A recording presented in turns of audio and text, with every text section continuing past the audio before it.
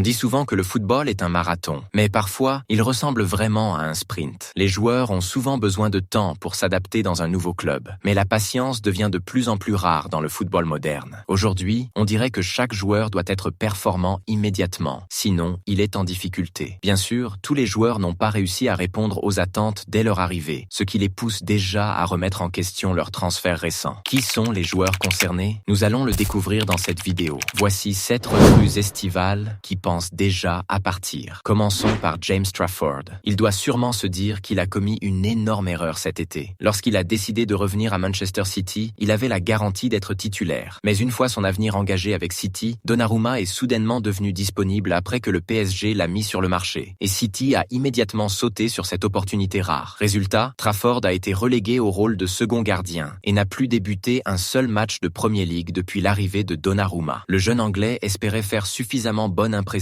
à City pour décrocher une place dans l'équipe de Tuchel pour la Coupe du Monde. Mais en passant plus de temps sur le banc que sur le terrain, ses chances diminuent de jour en jour. En plus, Donnarumma est jeune, donc il n'a aucune chance de simplement attendre son tour et récupérer la place de numéro 1 d'ici quelques années. C'est pourquoi il souhaite déjà partir. Et il n'est pas le seul. Xavi Simons aussi. Son transfert en Premier League ne ressemble pas du tout à ce qu'il imaginait. Et cela pour plusieurs raisons. D'abord, il s'est retrouvé dans une équipe qui n'a pas vraiment de place pour lui. Thomas Frank joue un football défensif et utilise rarement un milieu offensif, ce qui fait que Simons est souvent joué hors de position ou laissé sur le banc. Et même lorsqu'il joue à son poste, il touche trop peu le ballon pour réellement influencer le jeu comme il le souhaite. Cette saison, Tottenham est l'équipe qui réalise le moins de passes en profondeur en Premier League, ce qui reflète le style de jeu du coach. Un style qui ne convient pas du tout à un joueur formé à la Masia du FC Barcelone. Simons doit certainement regretter de ne pas avoir attendu Chelsea jusqu'à la dernière minute. Mais à moins d'un changement radical, comme un changement d'entraîneur, Simons envisagera probablement un départ rapide, car l'actuel système de Tottenham limite complètement son jeu. Il y a un autre joueur de Tottenham dans cette liste. Devinez lequel? Laissez votre réponse en commentaire. On verra si vous avez raison. Au passage, si vous n'êtes pas encore abonné à la chaîne, faites-le tout de suite pour ne rien manquer de nos contenus. Parlons maintenant d'un autre gardien, Mats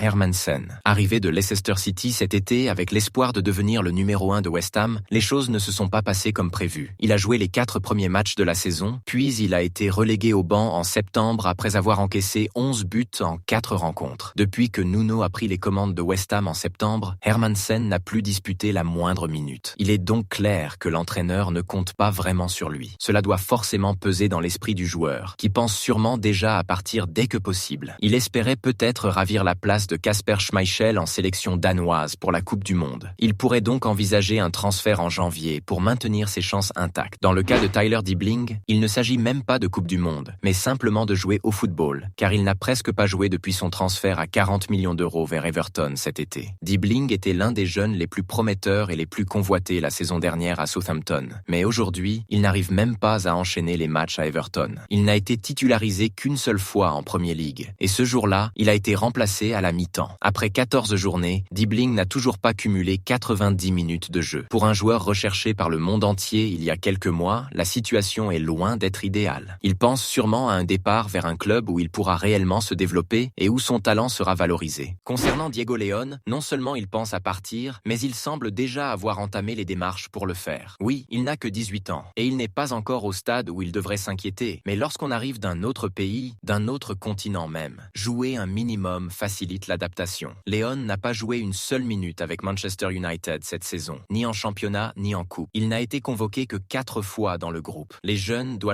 faire preuve de patience, certes, mais lorsqu'ils ne font même pas partie du groupe principal, on ne peut pas leur reprocher de vouloir partir. Ajoutez à cela qu'il est un arrière-gauche traditionnel et que son entraîneur n'utilise quasiment jamais de latéraux traditionnels. Difficile de lui en vouloir de penser à son avenir. Tout porte à croire qu'il rejoindra Lille en prêt dès janvier. Reviendra-t-il ensuite en Angleterre ou cela marquera-t-il un départ définitif? Réponse plus tard. Souvenez-vous qu'on vous a parlé d'un deuxième joueur de Tottenham. Il s'agit de Mathys Tel. Il a signé définitivement avec les Spurs cet été, mais aujourd'hui, il doit regretter ce choix. Simple, Thomas Frank ne compte pas sur lui. Et si la situation est déjà compliquée en l'absence de Dominique Solanke, imaginez ce que ce sera à son retour. Tel n'a même pas été inscrit dans la liste de la Ligue des Champions. Vous vous dites peut-être qu'il jouerait donc davantage en Premier League, mais non. Il n'a été titularisé que 3 fois et n'a jamais joué 90 minutes. Et ce qui décourage le plus, c'est que cela ne semble même pas lié à ses performances. Contre Manchester United, il entre en jeu, marque un but crucial et sa récompense, 5 minutes de jeu sur les 2 matchs suivants. À ce stade, la situation semble sans espoir, ce qui explique pourquoi il pense à quitter le club. Selon plusieurs sources, l'AS Roma le suit de près et il pourrait partir en Italie dès le mercato de janvier. Enfin, Benjamin Šeško envisage probablement lui aussi un départ de Manchester United. Il était l'un des attaquants les plus prometteurs d'Europe cet été, mais depuis son arrivée à Man United pour 76,5 millions d'euros, sa cote a énormément chuté. Il a débuté très lentement, ne marquant que 2 buts